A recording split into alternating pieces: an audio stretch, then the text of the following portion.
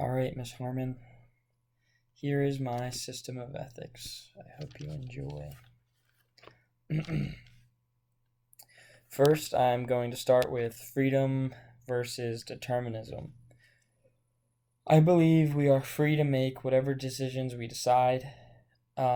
Certainly, factors can influence the decisions we make, but ultimately, we have the ability to ignore these factors or decide against them. Um, People use sneezing as a way to prove determinism exists, and I believe that all the factors leading up to sneezing are just a coincidence, and it's all just random happenstance, um, based off of the randomness of our world and nature and any other situation. It could be the way our society is. Everything is just random. For this reason, I am 100% free will. I've decided because I believe that you can't be stuck in the middle. It's one or the other. You have to choose. I believe one's true and one is false, which leads me into my next topic: absolutism versus relativism, which is also going to go along with why I believe I'm 100% free will. I'm an absolutist. I believe that there's an objective truth, and there's no way around that. I believe relativism is a system that was made to allow people to do as they please without having to face the consequences of their actions or being called immoral or being told what they're doing is wrong. When it comes to figuring out a relative or an absolute, I believe that it's pretty cut and dry. An absolute statement provides little to no wiggle room, and there's not really room for interpretation in an absolute statement. It's just true. Some people will try to make, I feel like there could be someone say, what about a parable? Like, a parable may not be true. But I believe that parable is one of the rare situations where what is actually said might not be true, but the absolute is the idea behind the story, the lesson that's being taught. When it comes to a relative statement, I would give the example of people saying multiple religions existing at the same time, not when they can all be right. I think that is an absurd idea. For example, there could be like a pagan, a Catholic, and an atheist. There are many gods, there's one God, or there's no God. Unfortunately, we don't have a way to actually prove that any of them are right. In death, I believe we'll find out who's ultimately right.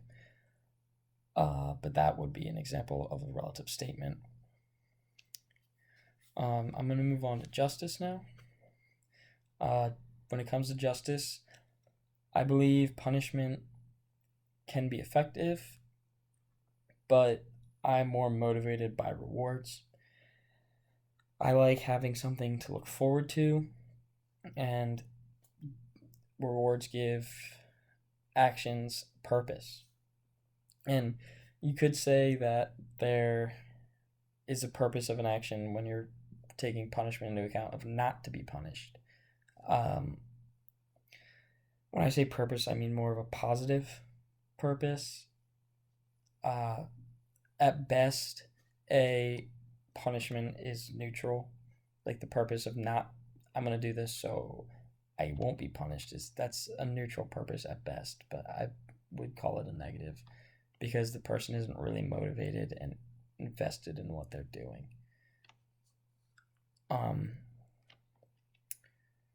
So I'm going to move on from there to consequentialism. This goes along with ends justify the means. I don't believe that ends justify the means. And I believe that's one of the brilliant pieces of free will. We have the ability to find alternate solutions to problems, and that the end justify the means is just a very basic view of consequentialism. If you have a specific end in mind that requires a moral means, you must take into account how your actions are going to affect other people, which will ultimately make the end wrong, because the way your action affects other people will be bad. My system of consequentialism is consequentialist, but only to the degree that I believe that when you're making a decision, it's impossible to not take the consequences into account to some degree. Everybody considers consequences when making decisions. It's just a matter of whether or not they care about them.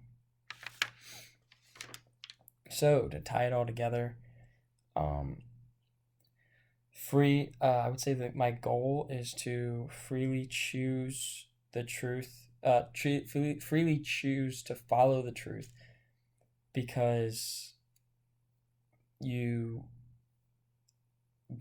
want to, because you have a desire to be good and to be a moral person, an upstanding citizen. One of the issues someone could find, or I might have, with my system of ethics is the consequentialism piece.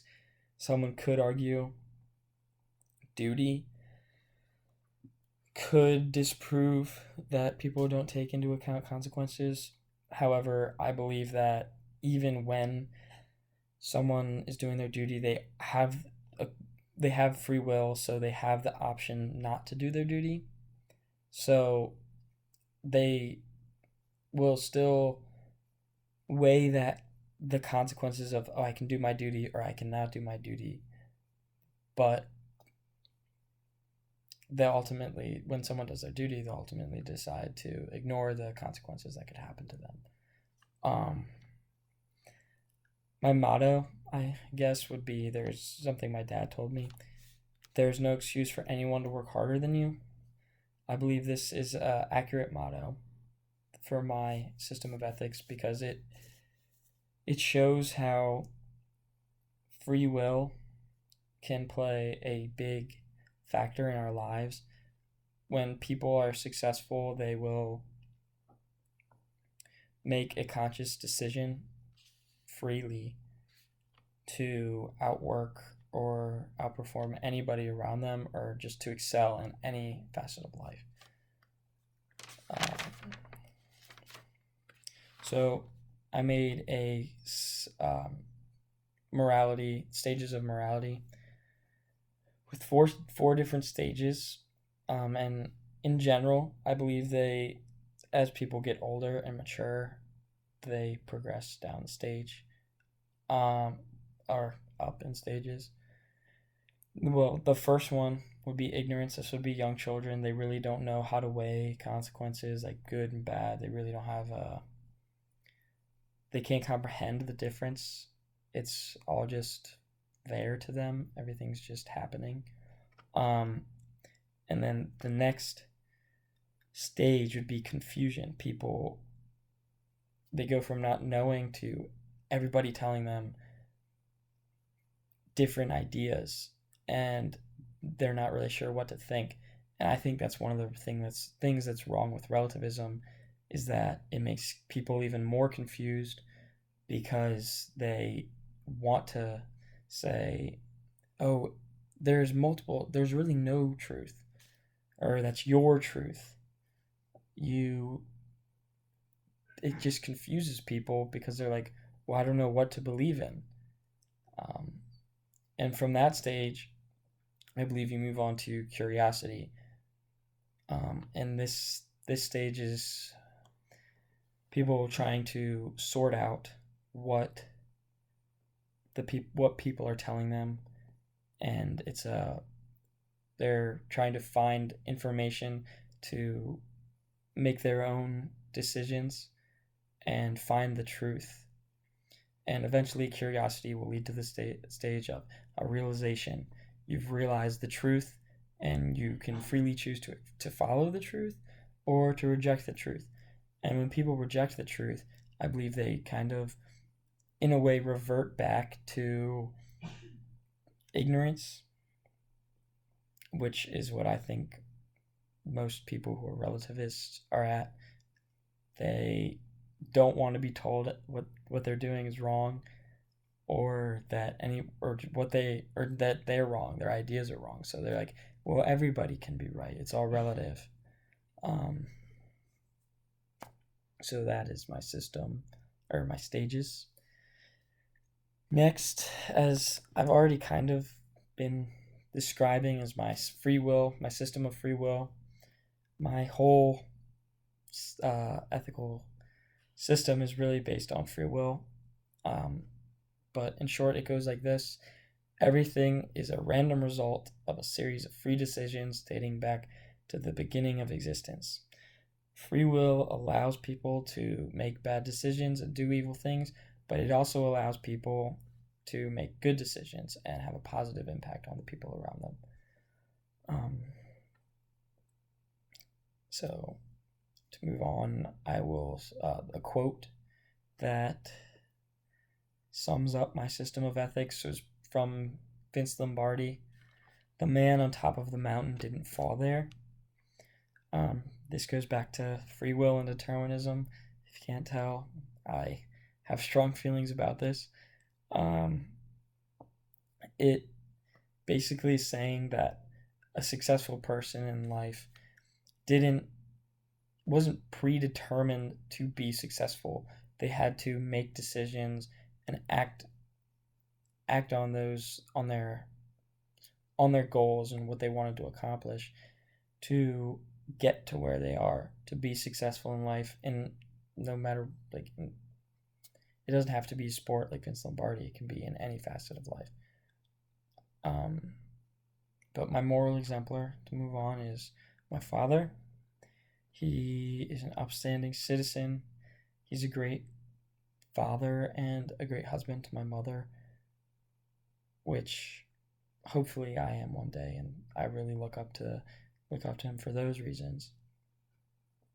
And now I'm going to move on to Thomas Aquinas. He said, justice without mercy is cruelty, and mercy without justice is dissolution. I believe this is absolutely correct, because when you are showing mercy without justice, as I said before, I believe punishment can be somewhat effective.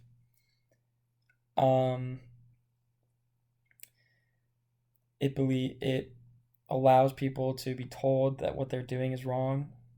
And when you are showing only mercy and there's no justice to what you're doing, and there's no punishment, then people will never actually learn that what they're doing is wrong. So there's no solution. And then next is justice without mercy is cruelty. I believe this is... Wait, no, that's what I already went over. Mercy without justice is... What did I go over? I'm just going to explain it. Mercy without justice... No, justice without mercy is dissolution. I already explained them both, actually. So, we're good.